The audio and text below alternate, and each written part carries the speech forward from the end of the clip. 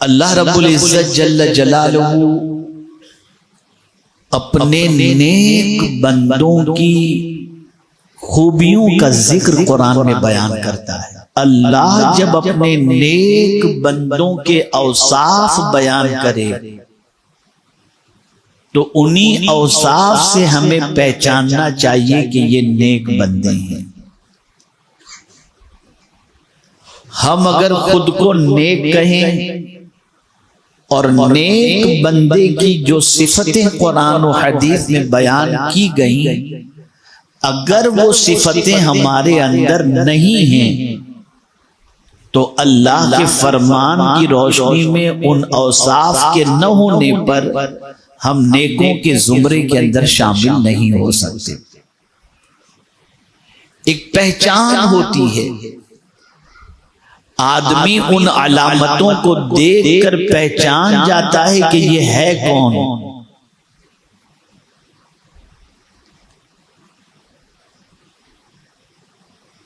تو قرآن مقدس میں اللہ عز و جل نے سب سے پہلے اپنے نیک بندوں کے چال چلن کا ذکر کیا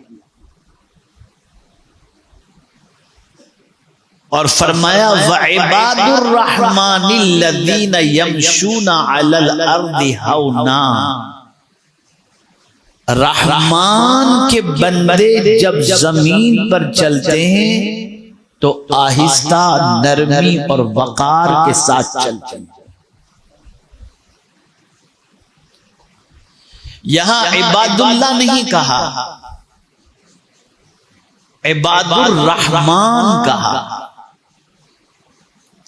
یہ عباد الرحمان کہنے کی وجہ کیا ہے؟ تو مفسرین فرماتے ہیں کہ جب اللہ عز و جل کے ساتھ جب کبھی سرکار صلی اللہ علیہ وسلم رحمان بھی کہتے تو اس زمانے کے مشرکین یہ کہتے کہ یہ کبھی اللہ کہتے ہیں، کبھی رحمان کہتے ہیں، اور کہتے ہیں ایک ہی خدا ہے، لیکن یہ دو نام کیسے؟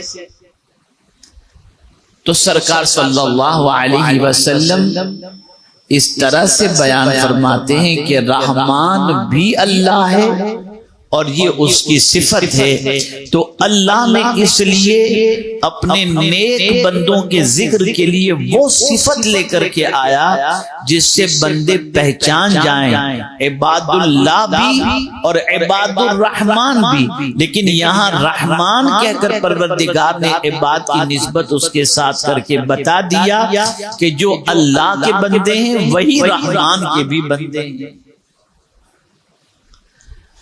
اب پہلی چیز کیا بتائی؟ رحمان کے بندے زمین پر جب چلتے ہیں تو آہستہ باوقار انداز میں نرمی سے چلا کرتے ہیں۔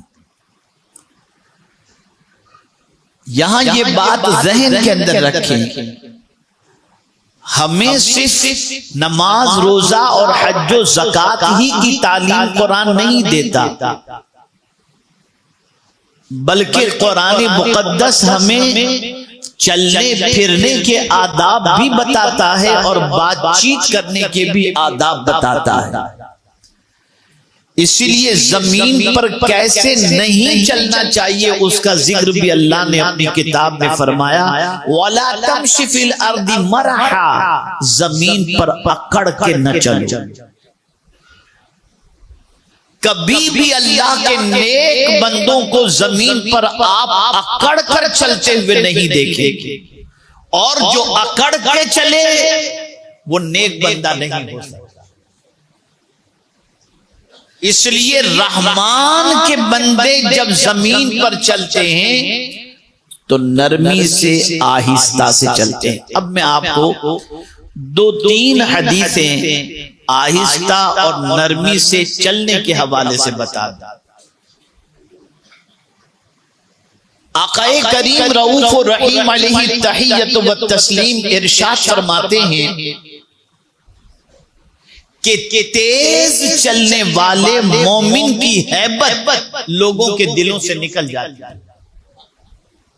یعنی اگر کوئی فاسٹ چلتا ہو اور ہو مومن تو اس کا ڈر، اس کی ہیبت لوگوں کے دلوں سے نکل جاتی ہے، لیکن اگر کوئی مومن باوقار انداز میں آرام سے اور وقار کے ساتھ چلتا ہو تو اللہ تعالیٰ اس کی ہیبت لوگوں کے دلوں میں پیدا فرما دیتا ہے۔ یہ حدیث مصطفیٰ صلی اللہ علیہ وسلم۔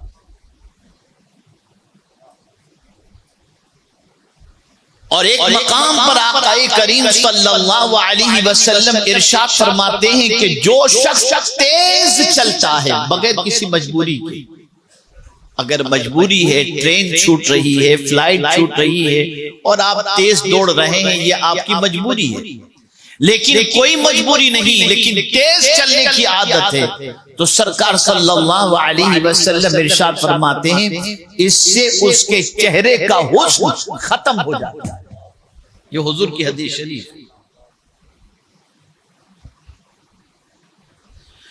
تو اللہ عز و جل سب سے پہلے اپنے نیک بندوں کے چال کے حوالے سے بتاتا ہے کہ میرے جو بندے ہیں، ہر کوئی کہتا ہے میں اللہ کا بندہ ہوں، لیکن نہ اس کی چال سے پتہ چلتا ہے کہ وہ اللہ کا بندہ ہے، اس کی چال سے پتہ چلتا ہے کہ یہ نفس کا بندہ ہے، کہ نفس کہتا ہے ارے آہستہ کیوں یوں سینہ تان کے چلو، تو سینہ تان کے چلتا ہے۔ تو اللہ نے صفت بتائی، اسی لیے آقا کریم صلی اللہ علیہ وسلم جب بازار میں چلتے تھے تو سرکار صلی اللہ علیہ وسلم کو چلتے دیکھ کر اس زمانے کے کفار و مشرکین کہتے تھے یہ کیسے نبی ہیں کہ بازار میں چلتے ہیں؟ اب حضور بازار میں کیوں چلتے تھے؟ فی الاسواق کا لفظ قرآن شریف کے اندر آیا کہ سرکار بازار میں کیوں چلتے تھے، تو فرمایا گیا تاکہ غلام حضور کو چلتے دیکھ کر چلنے کا طریقہ سیکھ لیں۔ اور ایک اور وجہ بھی تھی، جو مشتاقان جمال نبوت ہیں، جو سرکار کے چہرے کی زیارت کے خواہش مند ہیں، جب حضور بازار سے نکلیں تو حضور کے دیدار سے مشرف ہوتے۔ اور یہاں سے یہ بات واضح طور پر بتا دی گئی کہ بازار میں کسی کام سے چلنا یہ بھی حضور صلی اللہ علیہ وسلم کی سنت مبارکہ ہے۔ چلنے کے حوالے سے کبھی بھی آپ اللہ والوں کو دیکھیں گے تو وہ بیچ میں نہیں چلتے، اللہ والے جب بھی چلتے ہیں کنارے چلتے ہیں، دائیں جانب چلتے ہیں۔ یہ بھی سرکار صلی اللہ علیہ وسلم کی سنت مبارکہ ہے۔ تو رحمان کے بندوں کی صفت، رحمان کے بندوں کی صفت پہلی اللہ عز و جل نے یہ بیان فرمائی کہ وہ زمین پر چلتے ہیں تو بڑے باوقار انداز میں آہستہ سے اور نرمی سے چلا کرتے ہیں۔ اب ظاہر سی بات ہے کہ جب بازار میں راستے میں چلیں گے تو صرف پڑھے لکھے ہی لوگ تو نہیں ہوں گے نا راستے میں، ان پڑھ بھی ہوں گے، دھکا بھی لگے گا۔ اور کیا بتایا جائے اس علاقے کا کہ ہم کو کبھی یہاں سے ٹرمینس سے باندر ٹرمینس سے ٹرین پکڑنی ہوتی ہے تو نہ پوچھے کوئی چلتا دکھائی نہیں دیتا، سب دوڑتے ہی دکھائی دیتے ہیں۔ اور رش آپ جانتے ہیں تو دھکے بھی لگتے ہیں، کسی کی گاڑی بھی ایک دوسرے کو لگ جاتی ہے، تو جو جاہل ہوتا ہے وہ جھگڑا کرنے اتر جاتا ہے، اور جھگڑے میں پھر ماں باپ کی وراثت میں اس کو گالی گلوچ ملی ہے تو پھر وہ اچھے جملے بھی استعمال نہیں کرتا۔ گھر میں ماں کو گالی دے کے دیتے دیکھا، باپ کو گالی دیتے دیکھا، تو باہر بھی ماں بہن کی گالیاں بکتا نظر آتا۔ لیکن جو رحمان کے بندے ہوتے ہیں جب وہ راستے میں چلتے ہیں اور کوئی جاہل ان سے منہ ماری کرنے لگتا ہے تو یہ اس سے جھگڑتے نہیں، بلکہ قرآن کہتا ہے وَإِذَا خَاطَبَهُمُ الْجَاهِلُونَ قَالُوا سَلَامًا، جاہلوں سے کہتے ہیں بھائی جا اللہ تجھے سلامت رکھے، یہ کہہ کے جان چھڑا لیتے. یہ سلام ترک تعلق کا سلام ہے. اور یہاں سے یہ بات سمجھ میں آئی جو اللہ کا نیک بندہ ہوگا وہ جھگڑا فساد نہیں کرے گا، بلکہ جاہلوں کی عادت کا اس طریقے سے بائیکاٹ کرے گا کہ کہے گا بھائی تو تیرے راستے میں میرے راستے.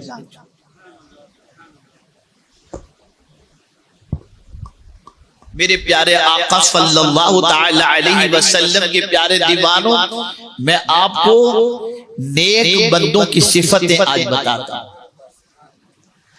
تاکہ یہ صفتیں اپنا کر نیک بندوں کے زمرے میں شامل ہو جائیں اور اللہ والوں کے نقش قدم پر چل کر کے ہی انسان جنت کا راہی ہو سکتا ہے اور جنت کا مسافر ہو سکتا ہے. تو پہلی چیز کہ جب بھی راستہ چلیں تو نرمی کے ساتھ، اسی کے ساتھ راستے میں اگر کوئی تکلیف دہ چیز موجود ہے تو یہ نہیں کہ کوئی دوسرا ہٹائے گا اور ہم گزر جائیں، نہیں، بلکہ اس تکلیف دہ چیز کو ہٹانا سرکار صلی اللہ علیہ وسلم نے اسے عمل ہی نہیں بتایا بلکہ ایمان کی شاخوں میں سے ایک شاخ فرمایا کہ راستے سے تکلیف دہ چیز کو ہٹانا یہ ایمان کی شاخوں میں سے ایک شاخ ہے. ایک صحابی رسول مسجد میں آنے جانے والے یا راستے سے گزرنے والے جو لوگ ہوتے تھے تو ایک کانٹے کا درخت تھا تو راستے سے گزرنے والوں کا دامن اس کانٹے دار درخت سے الجھ جاتا جس سے ان کو تکلیف پہنچتی تھی. وہ صحابی رسول کو یہ خیال آیا کہ ان کو تکلیف ہوتی ہے، انہوں نے وہ کانٹے دار درخت کو کاٹ دیا تاکہ آنے جانے والوں کو تکلیف نہ ہو. ان کا وصال ہوا، لوگوں نے خواب میں دیکھا تو جنت میں ٹہل رہے تھے، پوچھا کس عمل نے آپ کو جنت میں پہنچا دیا؟ فرمایا بس وہی تکلیف دینے والے کانٹے دار درخت کو جب میں نے کاٹ دیا تو مخلوق خدا کے فائدے کے کام کی بنیاد پر اللہ نے مجھے جنت عطا فرمایا. اور یہاں تکلیف پہنچائی جاتی ہے. بائک چلانے والوں کو میں گزارش کرتا ہوں، کہیں بھی کھڑے ہو جاتے ہیں بات شروع کر دیتے ہیں، کہیں بھی پار کر دیتے ہیں بات. یہ راستے کا حق نہیں، یہ آپ راستے میں تکلیف پیدا کرتے ہیں. جو مومن ہوتا ہے وہ راستے کے اندر تکلیف پیدا نہیں کرتا، راہگیروں کو راحت عطا فرماتا ہے. یہ مومن کی شان ہے. کیلے کا چھلکا پڑا ہے، کوئی کانچ پڑا ہوا ہے تو یہ نہیں کہ بھائی ذرا ہٹا دے، آپ خود ہی ہٹاؤ، خود ہی ہٹاؤ. اس لیے کہ اگر 10 20 50 ہزار کا بنڈل پڑا ہوتا تو کسی سے نہیں کہتے کہ ذرا تو اٹھا لے، فوراً اٹھا لیتے. لیکن ثواب کمانے کی بات آئی تو یہ کام کر لے. جب تک کہ مومن ثواب کا حریص نہیں بنے گا یہ کبھی کامیاب ہو ہی نہیں. آپ خود کیجئے. آپ کیا سمجھتے ہیں یہ عمل کیا ہلکا عمل ہے؟ بہت بڑا عمل ہے. اور ایک زمانے میں یہی مسلمانوں کی پہچان تھی. اس کو میں ایک واقعے کے ذریعے سمجھاؤں. 2 یہودی ایک راستے سے گزر رہے تھے، بیچ میں ایک بہت بڑا پتھر پڑا ہوا تھا. تو دونوں یہودی آپس میں گفتگو کرتے ہیں کہ یار اتنا بڑا پتھر بیچ میں پڑا ہوا ہے، ٹھوکر لگے گی تو آدمی تو سیدھا قبر میں ہی پہنچ جائے گا. تو دوسرا یہودی کہتا ہے بات تو تیری صحیح ہے لیکن لگتا ہے یہاں سے کوئی مسلمان نہیں نکلا، اس لیے کہ اگر یہاں سے کوئی مسلمان گزرا ہوتا تو یہ پتھر کو اٹھا کر کے پھینک دیتا یا کنارے پہ رکھ دیتا. یہ ہماری پہچان تھی.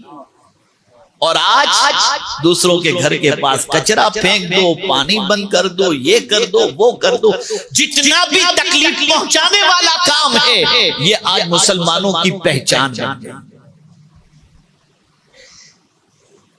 سوچ بدلو، فکر بدلو۔ میرے پیارے آقا صلی اللہ تعالی علیہ وسلم کے پیارے دیوانوں، جب کبھی آپ سے کوئی جاہل الجھے، ان پڑھ الجھے، لڑائی جھگڑا کرنے والا الجھے، تو نیک بندوں کی صفت یہ ہے کہ وہ اس سے جھگڑا نہیں کرتے، اسے کہتے ہیں بے اللہ تجھے سلامت رکھے، یہ کہہ کر کے گزر جاتے ہیں۔ یہ دوسری صفت۔ اب آئیے تیسری صفت کی طرف۔ وَالَّذِينَ يَبِيتُونَ لِرَبِّهِمْ سُجَّدًا وَقِيَامًا، اور وہ اپنی رات سجدے میں اور قیام میں گزار دیتے ہیں۔ جو رحمان کے بندے ہیں ان کی رات سجدے میں گزرتی ہے اور ان کی رات قیام کے اندر گزرتی ہے۔ بس 5 وقت کی نماز پڑھ کر کے آج کا مسلمان یہ سمجھتا ہے کہ مجھ سے بڑا نیک کون ہے۔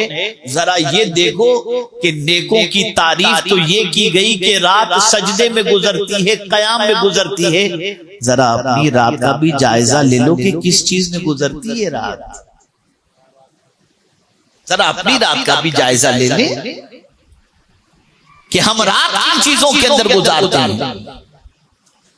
آج کے مسلمان کی راتیں اللہ رحم و کرم فرمائے، میں کہہ نہیں سکتا کہ کس کام کے اندر راتیں گزرتی ہوں۔ رحمان کے بندے ان کو رات ہوتے ہی مصلی یاد آتا ہے، عبادت یاد آتی ہے، سجدے یاد آتے ہیں، اللہ کی بارگاہ میں کھڑا ہونا یاد آتا ہے۔ سوال یہ پیدا ہوتا ہے یہ رات کا تذکرہ کیوں کیا گیا کہ وہ اپنی رات بتاتے ہیں سجدے اور قیام میں؟ وجہ یہ ہے کہ دن میں اگر نماز مسجد میں پڑھتے ہوں تو دنیا دیکھے گی، رات میں صرف خدا جانتا ہے اور وہ جانتا ہے۔ تو وہ دکھاوے کی عبادت نہیں کرتے انسان کو، وہ عبادت کرتے ہیں خدا کو دکھانے کی اور پروردگار کو راضی کرنے کی۔ تو ان کی راتیں گزرتی ہیں سجدے اور قیام۔ اسی کو قرآن نے دوسرے مقام پر کہا تتجافا جنوبہم عن المضاجع یدعون ربہم خوفا وطمعا، وہ اپنے پہلو جدا کر دیتے ہیں بستروں سے اور اپنے رب کو پکارتے رہتے ہیں، روتے ہوئے بھی اور امید کے ساتھ، اور اپنی رات اللہ عز و جل کی عبادت و ریاضت میں گزارتے ہوئے نظر آتے ہیں۔ یاد رکھیں اور اچھی طریقے سے یاد رکھیں، میرے پیارے آقا صلی اللہ تعالی علیہ وسلم کے پیارے دیوانوں، آپ اگر دیکھیں گے تو سب سے زیادہ راتیں ہی بڑی آپ کو ملیں گی، اس لیے کہ رات وہ ساعت ہوتی ہے جس میں بندہ خدا سے بہت قریب ہو سکتا ہے اور اسے قرب خدا کی دولت نصیب ہو جاتی ہے۔ اس لیے آپ دیکھیں اللہ عز و جل نے قرآن نازل کیا تو دن کا وقت نہیں فرمایا بلکہ فرمایا اِنَّا أَنزَلْنَا